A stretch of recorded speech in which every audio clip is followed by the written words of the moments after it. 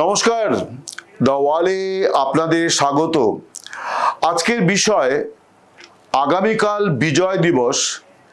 কেন বাংলাদেশে পরপর 2 বছর বিজয় দিবসের কুচকাওয়াজ হচ্ছে না, কেন কুচকাওয়াজের এই প্যারেডে এত আপত্তি মোহাম্মদ ইউনূসের, আজকের আলোচনা সেটাই। আপনারা ইতিমধ্যে বিষয়টি জেনেছেন, কিন্তু বাংলাদেশ সরকার কোনো যুৎসই ব্যাখ্যা তারা দিচ্ছে না যে কেন বিজয় দিবসের মতো একটা অনুষ্ঠানে সেনা পুলিশ তাদের কুচকাওয়াজ অনুষ্ঠিত হবে না। গত বছরও হয়নি। 5 আগস্ট যখন ক্ষমতার হাতবদল হলো এবং 8 আগস্ট নতুন সরকার সেখানে প্রতিষ্ঠা হলো, তার কিছুদিনের মধ্যেই অন্তর্বর্তী সরকার ঘোষণা করেছিল যে তারা 16ই ডিসেম্বরের বিজয় দিবসের কুচকাওয়াজ করবে না। কারণ তখন একটা বলা হচ্ছিল যে দেশের আইন শৃঙ্খলা পরিস্থিতি এতটাই গুরুতর যে সেনাবাহিনী ময়দানে আছে, ফলে তারা ওই কাজে ব্যস্ত, কুচকাওয়াজের জন্য অনেক মহড়া প্রয়োজন হয়, ফলে সেই কারণে এটা স্থগিত রাখা হলো। অর্থাৎ বাংলাদেশ সরকার কিন্তু এমন কথা কখনো বলেনি যে কুচকাওয়াজ বিষয়টাকে 16ই ডিসেম্বরের অনুষ্ঠান সূচি থেকে পার্মানেন্টলি বাতিল করে দেওয়া হয়েছে, এমনটি তারা বলেনি, কিন্তু স্থগিত করা হয়েছিল। এই স্থগিতাদেশ দেখা যাচ্ছে এবছরও বজায় থাকছে, অর্থাৎ আগামীকালও কিন্তু বাংলাদেশ সেনাবাহিনীর কোনো কুচকাওয়াজ হবে না।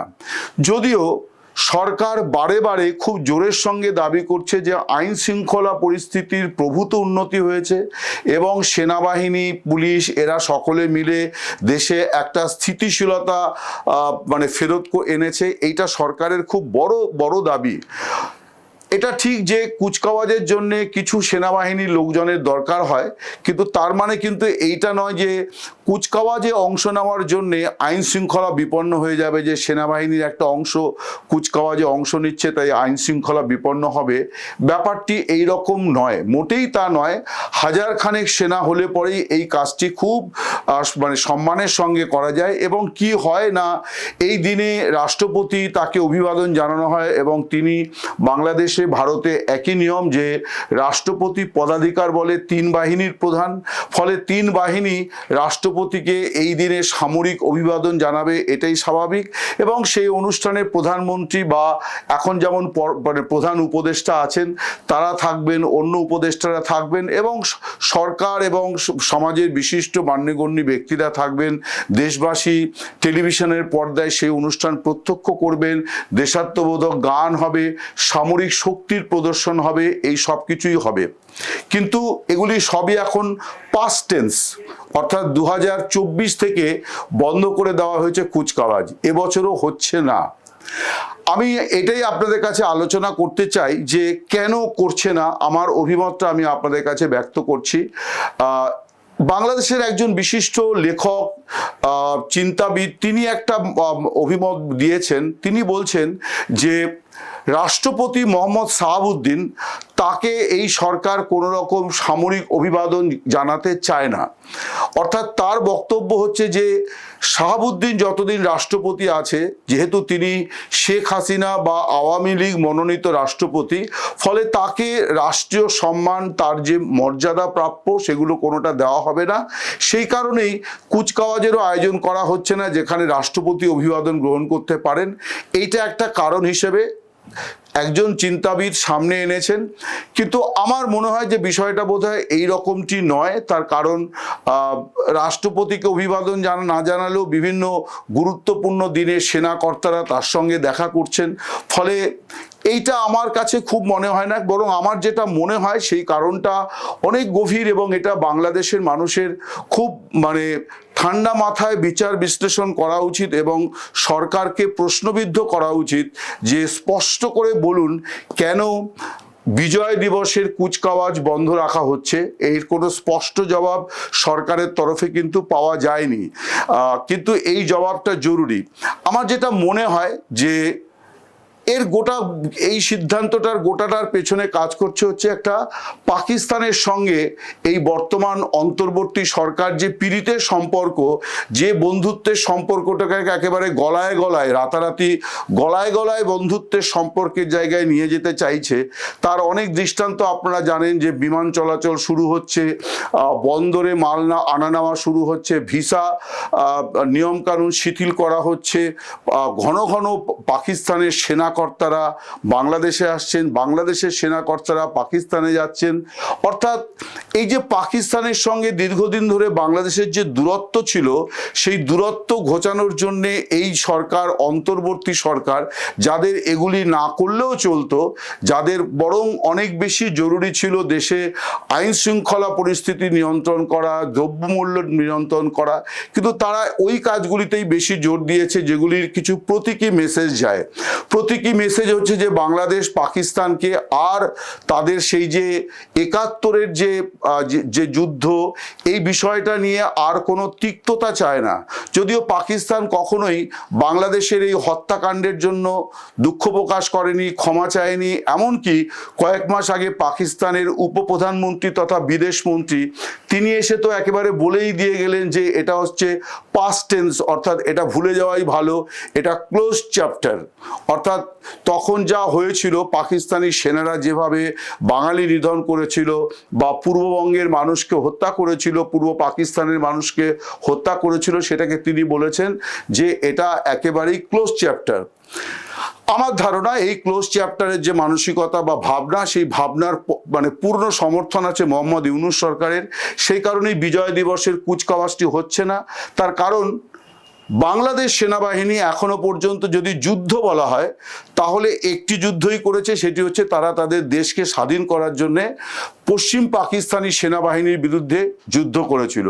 সেখান থেকেই কিন্তু অর্থাৎ রণাঙ্গনেই বাংলাদেশ সেনাবাহিনী ভূমিষ্ঠ হয়েছে বা জন্ম নিয়েছে, এবং তার মুকুটে ওই একটি সাফল্য আছে যে সে তার দেশকে স্বাধীন করে তারপর তারা তাদের মানে কার্যক্রম বেছে নিয়েছে। অর্থাৎ বাংলাদেশ সেনাবাহিনীর জন্মদিন বা সাফল্য যাই বলা হোক না কেন, সবটাই কিন্তু ওই মুক্তি সংগ্রাম বা স্বাধীনতা সংগ্রামকে কেন্দ্র করে।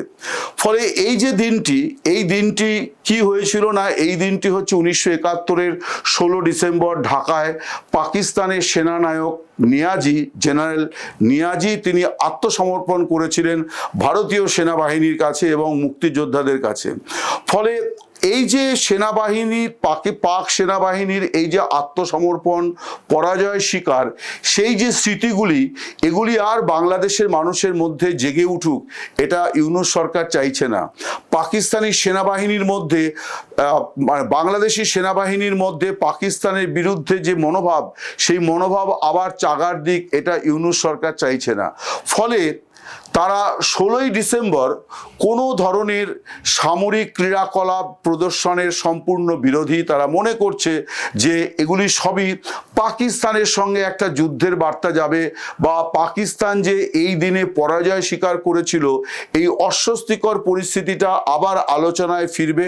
ফলে পাকিস্তানের সঙ্গে এখন বন্ধুত্বের সম্পর্ক তৈরি করতে হবে। তাই একটা গৌরবজনক ইতিহাস, সেই ইতিহাসকে ক্রমশ মুছে ফেলার জন্যেই এই বিজয় দিবসের কুচকাওয়াজটি অনুষ্ঠিত হবে না। আরও একটা কারণ অবশ্যই হচ্ছে ভারত বা হিন্দুস্তান। তার কারণ এই যে ১৬ই ডিসেম্বর আগামীকাল বিজয় দিবস পালিত হবে ভারতেও। ভারতের সেনাবাহিনী, বাংলাদেশ যেমন ১৬ই ডিসেম্বর মুক্ত হয়েছিল পাকিস্তানের কবল থেকে, তেমনি ওই একই দিনে ভারতীয় সেনাবাহিনী পাকিস্তানের বিরুদ্ধে বিজয় লাভ করে। পাকিস্তান ভারতের কাছে আত্মসমর্পণ করে ঢাকার ময়দানে। ফলে ভারতীয় সেনা আগামীকাল, ভারতবাসী আগামীকাল বিজয় দিবস পালন করবে ১৬ই ডিসেম্বর। ফলে ভারতের বিজয় এবং বাংলাদেশের বিজয়, এই দুটো বিজয় মিশে আছে একটি যুদ্ধ এবং এই একটি দিনের মধ্যে। ফলে আজকের যে বাংলাদেশের শাসকেরা, যারা পাকিস্তানকে মনে করছে পরম প্রিয়, পরম বন্ধু, যারা পাকিস্তানকে বলছে না যে তোমরা ৭১-এর যে মানে অমানবিক আচরণ তোমরা তোমরা করেছো, যে মানবতা বিরোধী অপরাধ তোমরা করেছো, সেই অপরাধের জন্য তোমাদের ক্ষমা চাইতে হবে, এই কথা আজকের বাংলাদেশের শাসকেরা বলছেন না। বাংলাদেশের শাসকেরা এটাও চান না যে আজকের পাকিস্তান বা পাকিস্তান সরকার অস্বস্তিতে পড়ুক, এমন কোনো কিছু তারা চাইছেন না। তাই ইতিহাসের সবচেয়ে গৌরবজনক দিন, বাংলাদেশ সেনাবাহিনীর জন্য সবচেয়ে ঐতিহাসিক যে দিন এবং যে সাফল্যকে তারা তুলে ধরে, যে আমরা দেশ স্বাধীন করে আমরা এই দেশ পেয়েছি, আমরা যুদ্ধ করে এই দেশ অর্জন করেছি, এই যে সাফল্যের ইতিহাস, এই সাফল্যের ইতিহাসকে ভুলিয়ে দেওয়ার জন্যেই 16ই ডিসেম্বরে কোনো কুচকাওয়াজ ইউনূস সরকার চাইছে না।